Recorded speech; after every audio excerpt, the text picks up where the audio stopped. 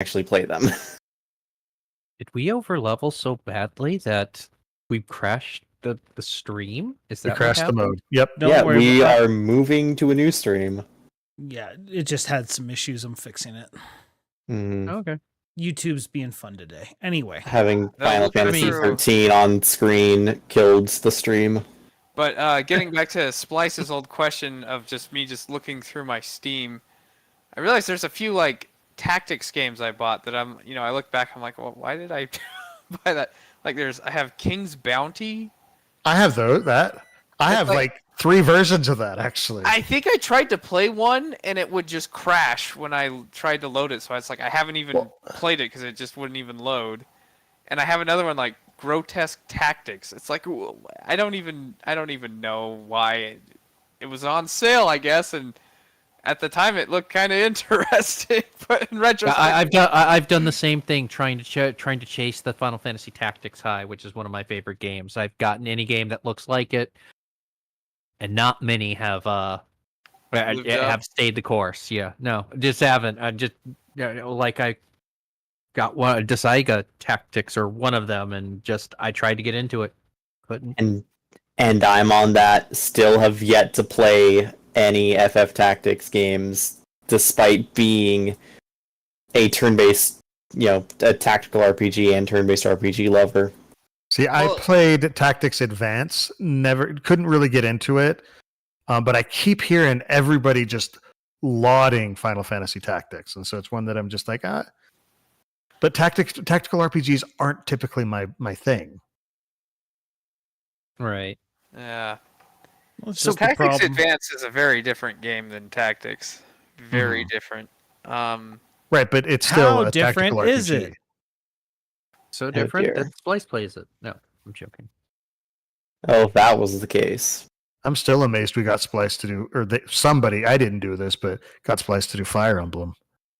Capitalism got Splice to do Fire Emblem, let's be real here. Capitalism It's true. could do a lot of amazing things if it just puts its mind to it. So, veering the question, the mission statement of this stream off in another question. I have a question for the group.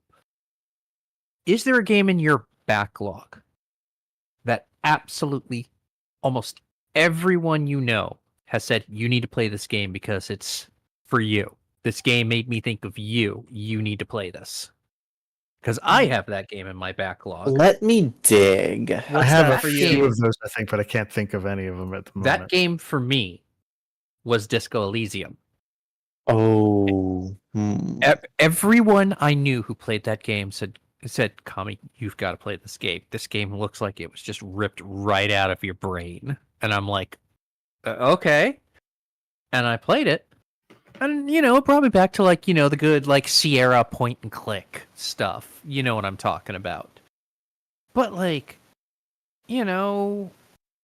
tried to play it on the Steam Deck, and the controls were a little weird and wouldn't do what I wanted them to do. I tried to play on my computer, and it was fine, but, I tried to get into it, and it's in my backlog. And I do think it's genuinely engaging. Just something about it just isn't me, even though everyone seems to think that it's me. It's like Will Ferrell. Like, people think I would like Will Ferrell, but I don't.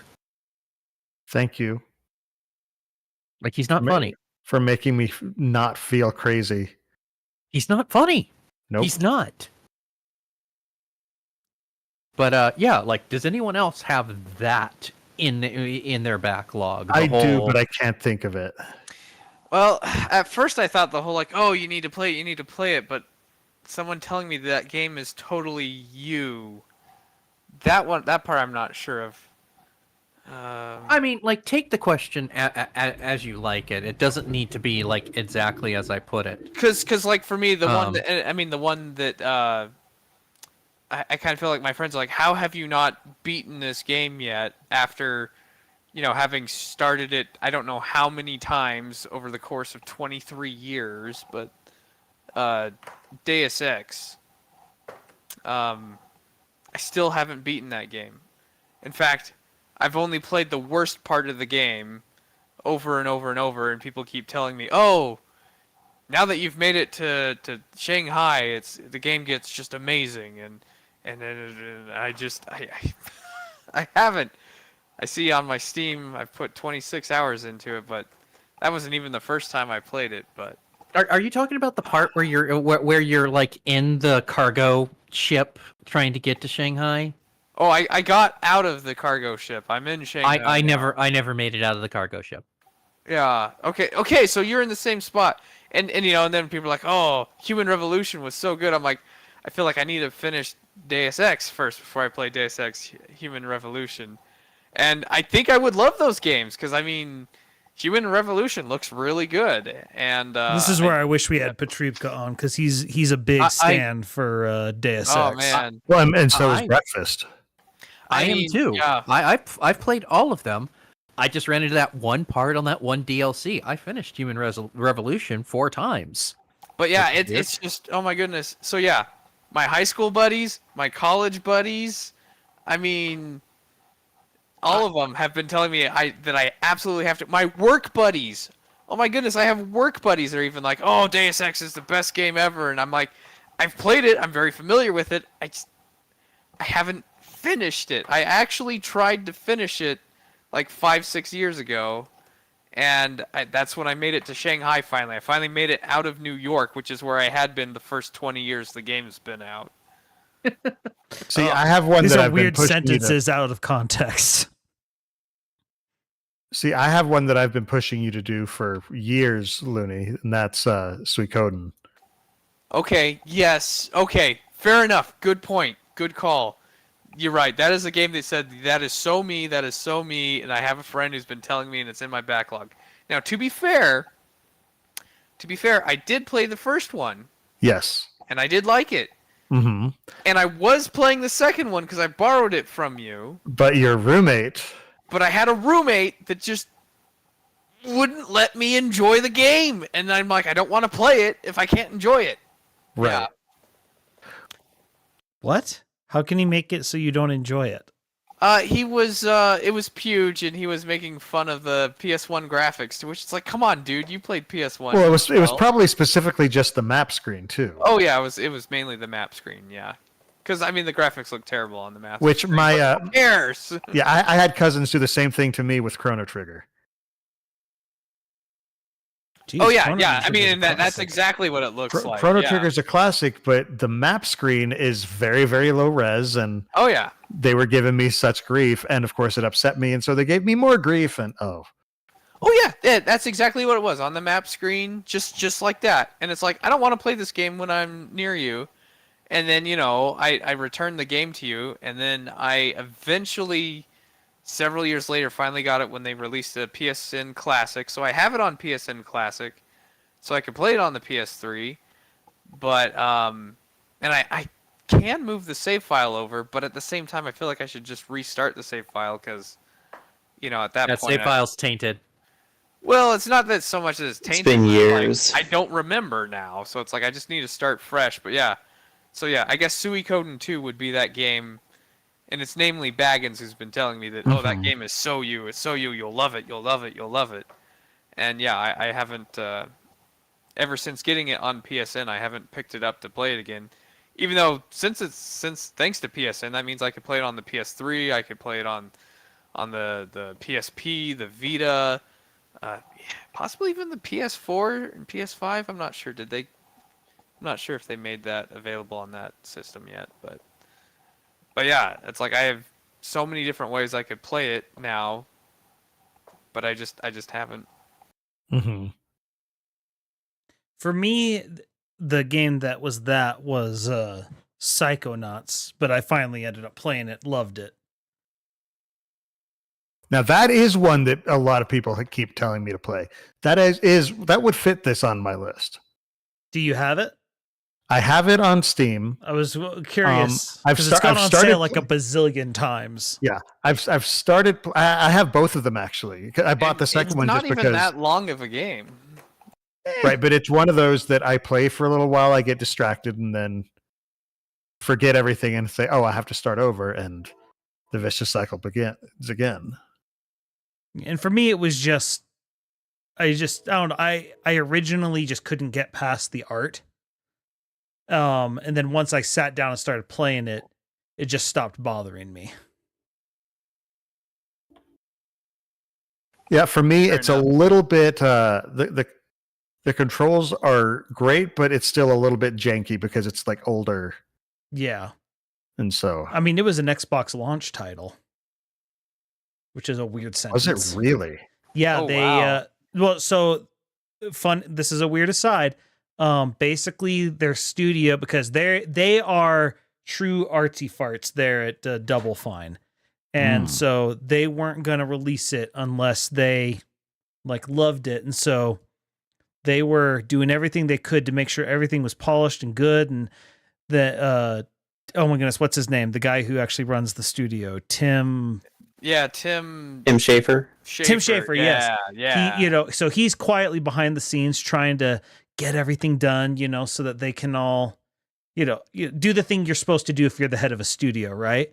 And he gets someone signed on to be their publisher.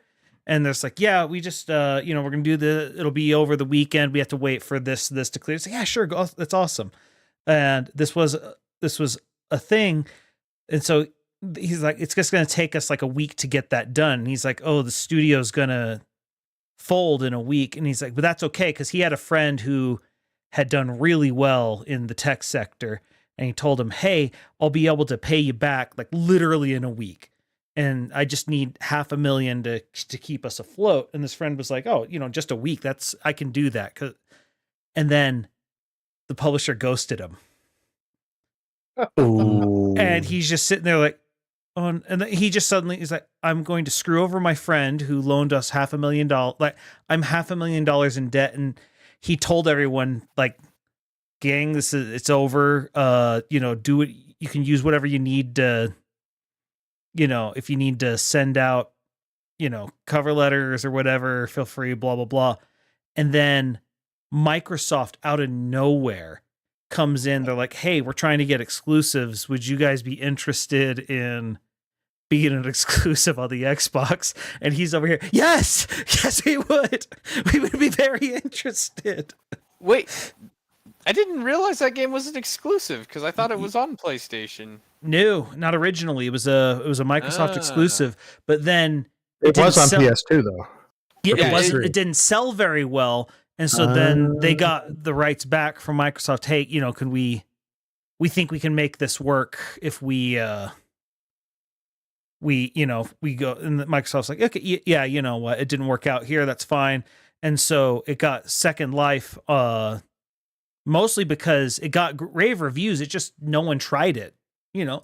Platformers on the Xbox, that wasn't exactly their target demo, it turned out, because it became the Halo machine.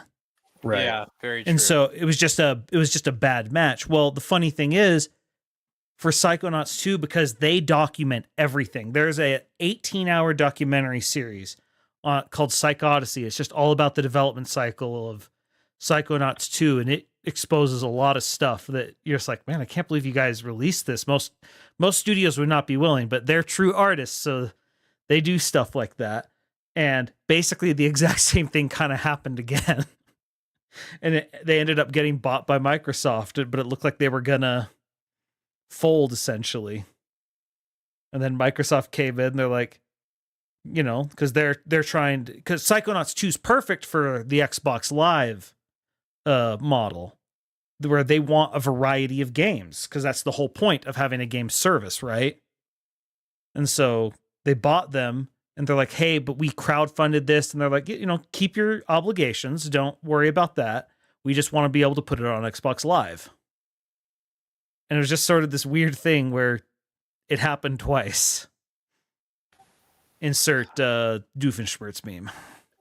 Though, that does remind me, I do need to expand my backlog a little bit, because I need to put Psychonauts 2 on my Steam wish list. It's really good. Me and Maddie will agree. It is really good. Yeah, but the first Psychonauts is one that just keeps popping up in conversations, just like, hey, you should check this out. And I'm like, oh, okay. And I keep intending to, and just not. Yeah, and for me this is also one of those if someone tells me they play Psychonauts and they don't like it, it's not one of those I'll fight someone on, because it does have its own style of humor that if the humor doesn't click for you, I don't think the gameplay by itself is going to be good enough to get you to play. But because for me, it's the mix of the two. I love the world and characters. So for me, the humor, it was okay. I wouldn't call it it wasn't Will Ferrell, so it wasn't the humor everybody's telling me should be funny, but just isn't. But it wasn't as hilarious to me as it had been built up to be. If that makes sense. Yeah, hype machine. It does that to so many games where it's like something is built up to be the GOAT, the greatest of all time, and then it's like, even if it's great but not like never reaches that level, there's always that sense of like falling down. Like that was me with Chrono Trigger. I really enjoyed it, but because it wasn't like a perfect game in my eyes, it was like, well, this was overhyped then to me to be a perfect game, and I just don't. Oh yeah. Now here's the question. Well, I mean, that's ruined sequels. Like, I didn't like Chrono Cross that much because I was disappointed because and it was a fine game in its own right. It just wasn't Chrono Trigger. Exactly. So I'm going to ask though, regarding Chrono Trigger, when did you play it? Okay, I played it like 2012, 2013. Okay. I was. I think it was 2013, maybe 2013, 2014. So I had just finished high school. I was getting into, finish high school, into college. I played it up until like the very end when you like get like all the best weapons. Messed up the treasure chest thing. Got upset that I messed it up and missed out. Stopped playing for a couple months. Then came back and was like, you know what? I might as well at least beat this, and so I beat the game anyway. And it's like, well, I didn't. You don't actually need the best weapons to beat the game. It's totally fine. Right. But it was very much a case of I messed something up that the game. It didn't feel the game fairly told me.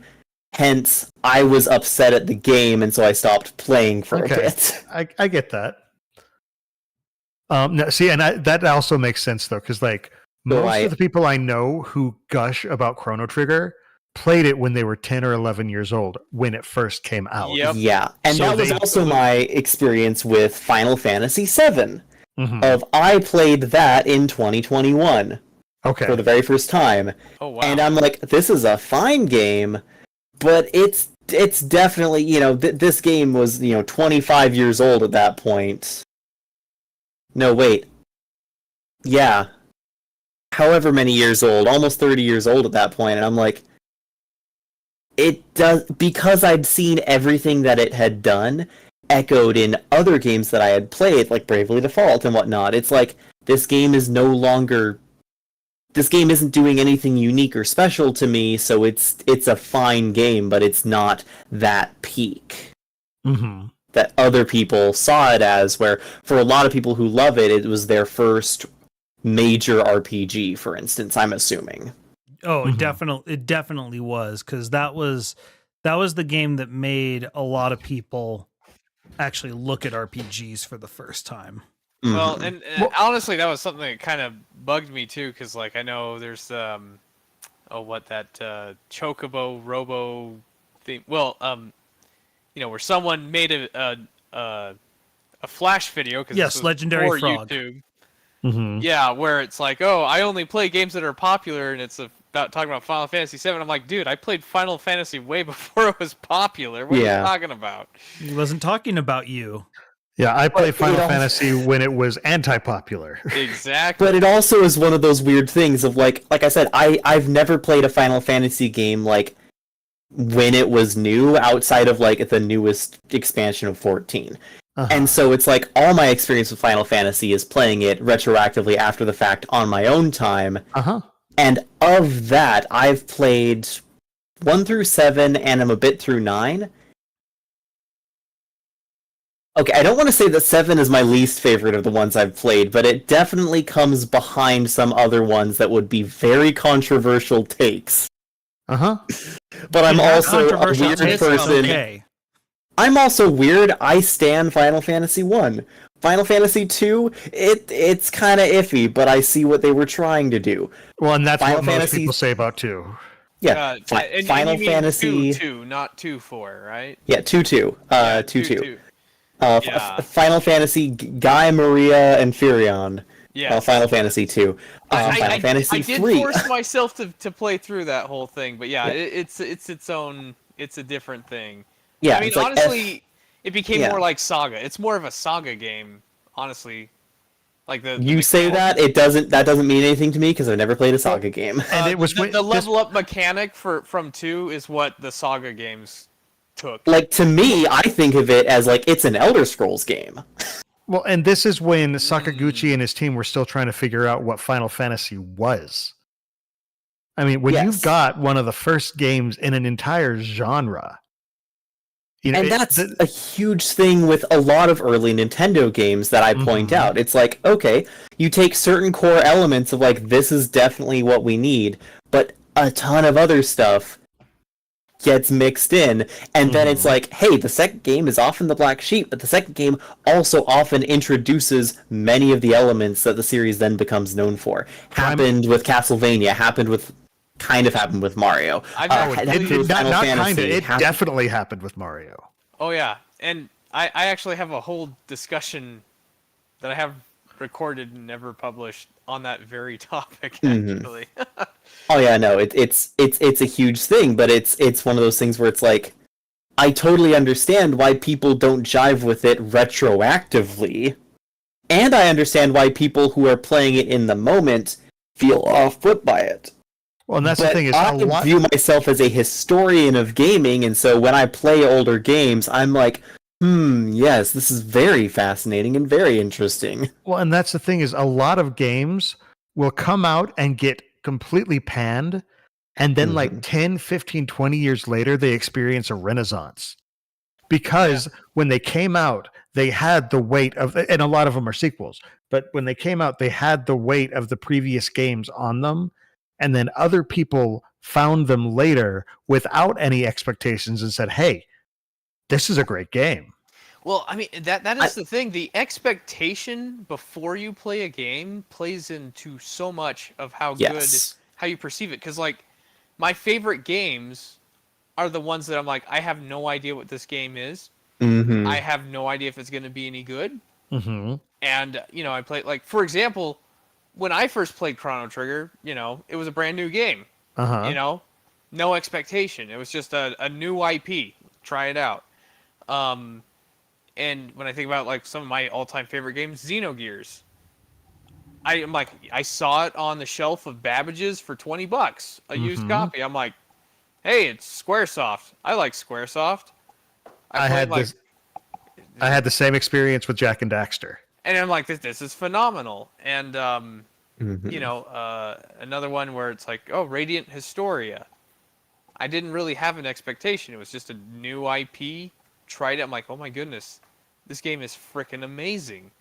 But like games that I have like super high expectations for, Chrono Cross, you know, Final Fantasy VIII.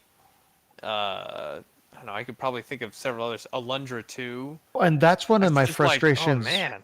That's one of my frustrations with the whole influencer society that we have when it comes to I was gonna bring any that up. sort of media, is that, you know, they get to the top few influencers and say, hey, here's some money, promote our game. And suddenly that's the only game anybody even knows about.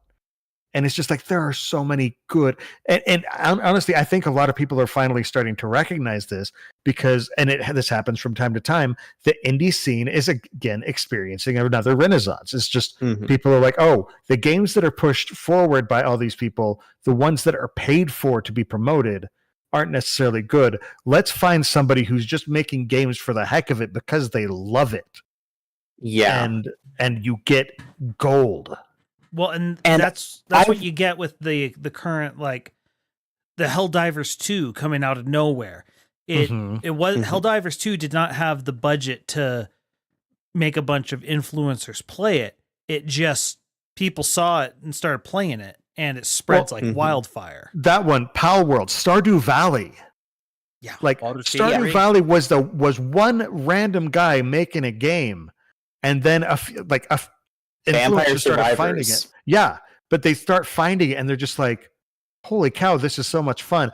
And then suddenly, those influencers are playing just those games because they're so stinking fun, and you can tell they're having fun. And what I wanted to bring up is like even before this, when we talk about like setting expectations and whatnot, I was gonna say, well, a lot of people's expectations for older games, retro games, were very much shaped by early gaming YouTubers, AVGN, stuff like that. A lot of people have and just kind of take on these assumptions for games they've never played or have vague memories of playing as a child. Like, oh, Castlevania 2, that game sucks. And it's like, well, that game has some issues, but is it really as bad as we remember it being? Dude, I Or love was it just AVGN made it seem horrible to everyone, and so everyone As just like as he's it became a playing a meme? character. It's like it became a meme that the game is terrible. Is the game actually bad? Maybe, maybe not, but the meme is that it's bad, and so people just Right. assume it's bad. And Yeah, that well, happened with Final Fantasy 2. That happens with so many games. Yeah, well, that AVGN in particular, because at this point he's an old man on the internet, which is such a weird Mhm. thing to think of.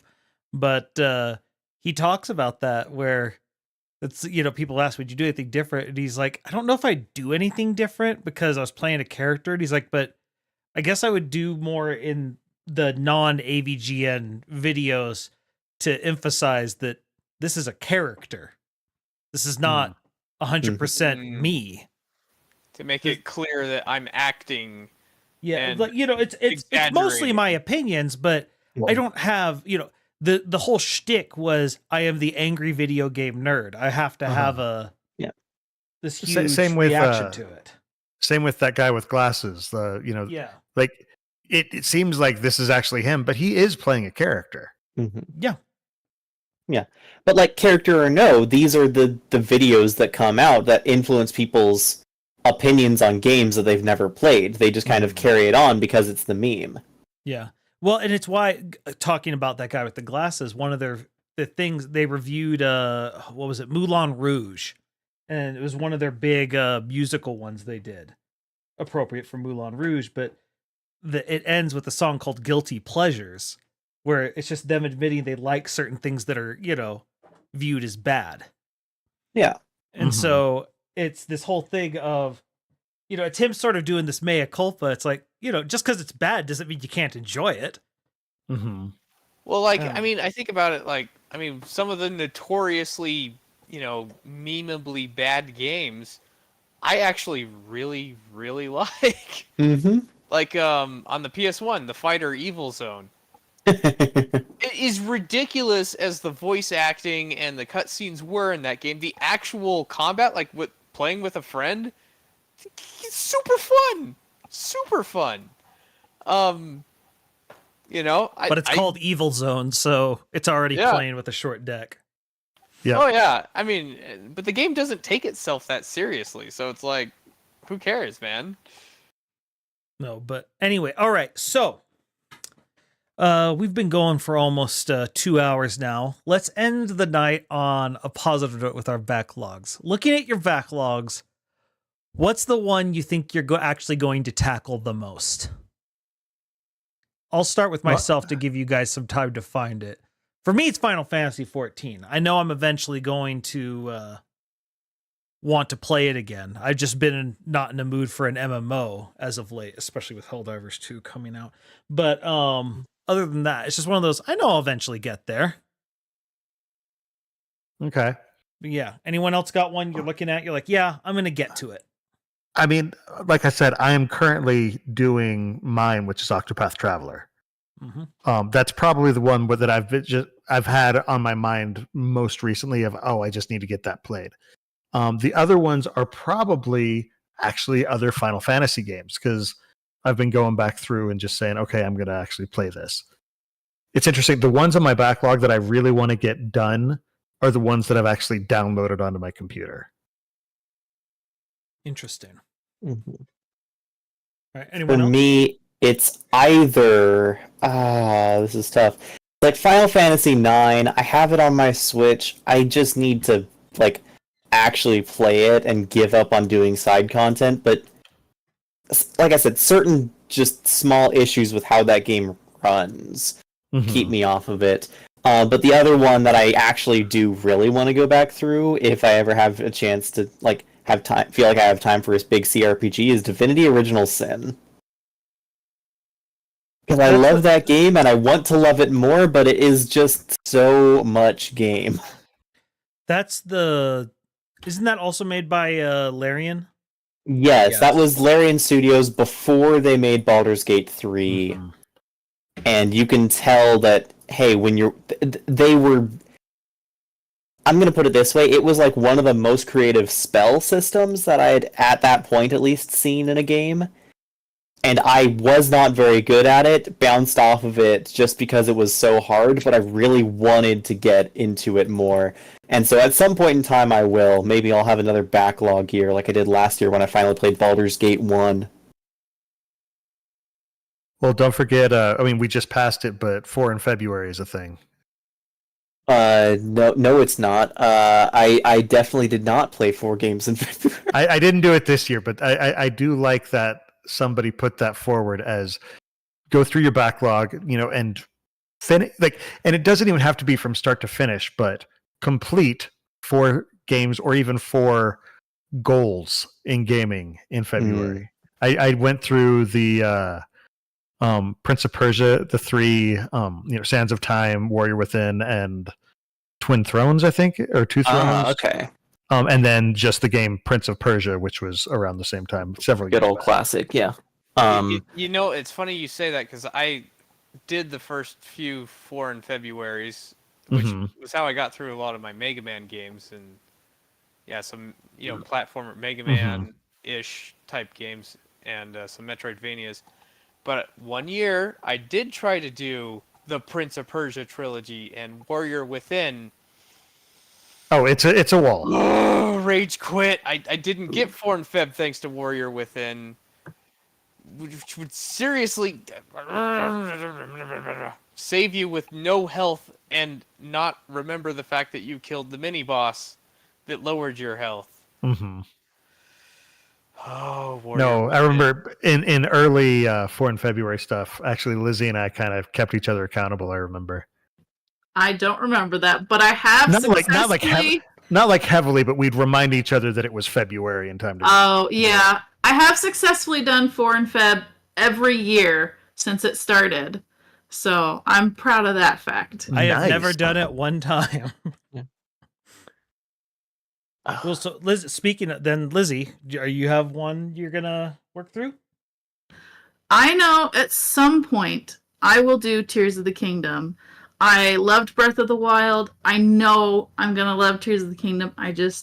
It's like we've said before, some of those games you just know it's a commitment and it's hard to start.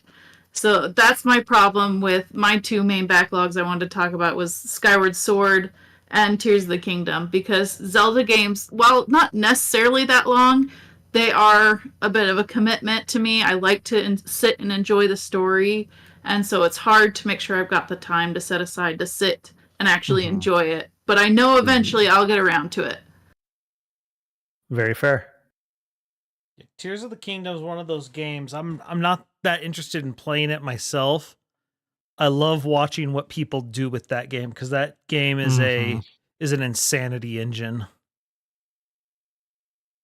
I just remembered one that has been on my backlog forever that is one of those I'm absolutely going to do this.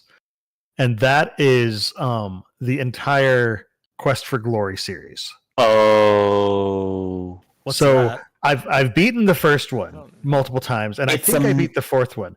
It's an adventure. It's a point-and-click adventure game that actually has some combat sequences and everything, RPG elements. It has some Elder Scrolls style stuff where like you climb up a tree and down a tree and up a tree and down, and you train your physical Climbing. abilities and stuff. Fantastic game. There's multiple ways to get through each of them because you can choose whether to be a warrior or a thief or a mage, and each of them has different solutions to different puzzles in the game. Fascinating stuff, but I've only gotten partway through 2, and I'm not sure. I don't think I've beaten 3. I may have long ago. But the hard part is that I love the they have like a point and click version of the first one, but originally it was like old school walking around and text parsing. Oh, DOS, yeah. And the second one follows that same thing, but there is a fan made remake of that one that I want to try out because the second one it's difficult. Again, second game in a series has some growing pains often. So yeah, Quest for Glory is high on my list. Mm. The way I play games, I can't, of good conscience, say that I'm going to finish one anytime soon. Like I'm just schizophrenic about my games. I picked up Persona 4, but I'm under no apprehension that I'm going to finish that game. I'm not going to finish the game. A new shiny's going to come out, and I'm going to go like, ooh, shiny. And I'm going to walk over to that. I still haven't finished Marvel's Midnight Suns, and all I have to do is the last one. But I just walked off, and I'm just like in other directions, and I'm like, sorry, Marvel Midnight Sun. You don't get to be finished. You can just sit there forever. But if one had a shot at it, I would probably say Gotham Knights is probably going to be the one that I'm going to finish for no other reason than I can pick it up and I can drop it at any point that I want. And so it may just end up getting done by force of I've got an hour to play something. What do I want to play? Gotham Knights. Let's go beat some people up. So for me, initially, I was gonna say Bloodstained: Curse of the Moon because I finally started playing that in the last couple of weeks. Was enjoying it. Good old Castlevania. But now I realize I actually have a time limit on a game, and I have loaded it up to play it a little bit. Is Xenoblade Chronicles X? The Wii U servers get shut down in less than 2 weeks. Good luck. And so I need to finish that game in the next 2 weeks. I mean, why do you have to finish it in 2 weeks? Can't you just have it downloaded? I'm assuming there's a lot of elements to the game that rely on online stuff to function. Yeah, I don't know why they made it that you have to log in to the server to change which team you're on. I don't know why they did that. Oh no. So whichever I have to at least chosen my last one. I mean, I'll no longer be able to recruit like other people's avatars into my party, but I don't really use that. But I will no longer be able to, like, I guess every day they see like which team had the highest score, and then you get like a reward for it the next day, and that can give you really good healing items. So the game should still be playable, I hope, unless it like absolutely like refuses to let you load the game because you can't choose which. I mean, yeah, it's a single player game that requires you to be connected to a server all the time, which I think, I don't know. I think it would still be playable, I hope, but yeah, they're shutting down the servers, which will shut down a lot of the way that game's supposed to function, and so yeah, I have a 2-week deadline to finish that game. I also think I'm trying to think I'm not sure if there's a way to play like actively with people against like the super bosses. That might be part of it, but You might have to go with I think I probably won't ever kill the super boss, honestly. well, so there's a lot of interesting homebrew stuff going on with the Wii U right now that might make it happen. So, but yeah. But yes, the Xenoblade Chronicles X servers will be shut down in 2 weeks. So that one's really high on my list. That pushed it way high up real fast. So, yeah, Well, that one. All right. You're the one with the most motivation to get it done, it looks like. Yeah, it doesn't help that I managed to find box sets of White Collar and Burn Notice. Oh, So it's like I kind of want to watch those, even though I have this 2-week time limit to finish Xenoblade Chronicles X. Well, you have jobs to do. Get it done. What do you think?